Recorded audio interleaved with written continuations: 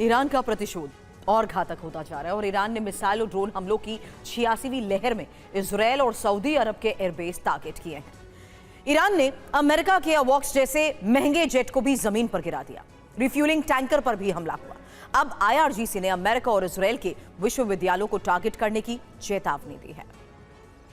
Saudi अरब का Prince सुल्तान airbase, जहां America की सबसे बड़ी एयर ताकत का हवाई कंट्रोल रूम था, जहां अमेरिका के जेट अटैक करने की ताकत तैनात थी, जहां अमेरिका हवाई निगरानी करने वाले दुनिया के सबसे महंगे E-3 अवॉक्स विमान को वॉर रेडी रखा था, ईरान की मिसाइल बिल्कुल उसके ऊपर आकर गिरी और अमेरिका के गुरूर की धज्जियां उड़ा। MQ-9 ड्रोन को अब तक अमेरिका का सबसे भरोसेमंद हथियार माना जाता था।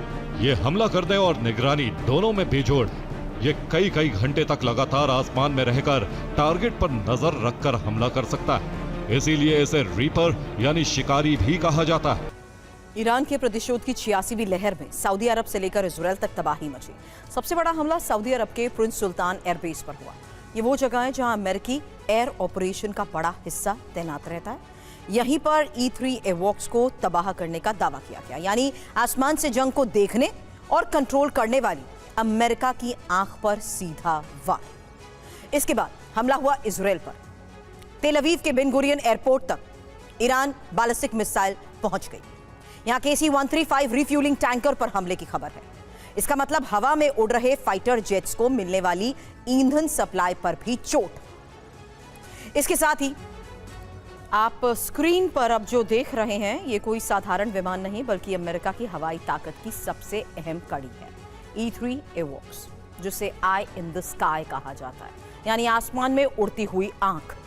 ईरान ने अमेरिका की इसी आंख पर वार किया है। कीमत देखिए, करीब 4000 से 5000 करोड़। अमेरिका के पास ऐसे सिर्फ करीब 16 ही विमान बचे, यानी हर एक अवॉक्स बेहद कीमती है। जेट का बड़ा रडार डोम 360 डिग्री कवरेज के साथ हजारों किलोमीटर दूर तक हर मूवमेंट पकड़ लेता है।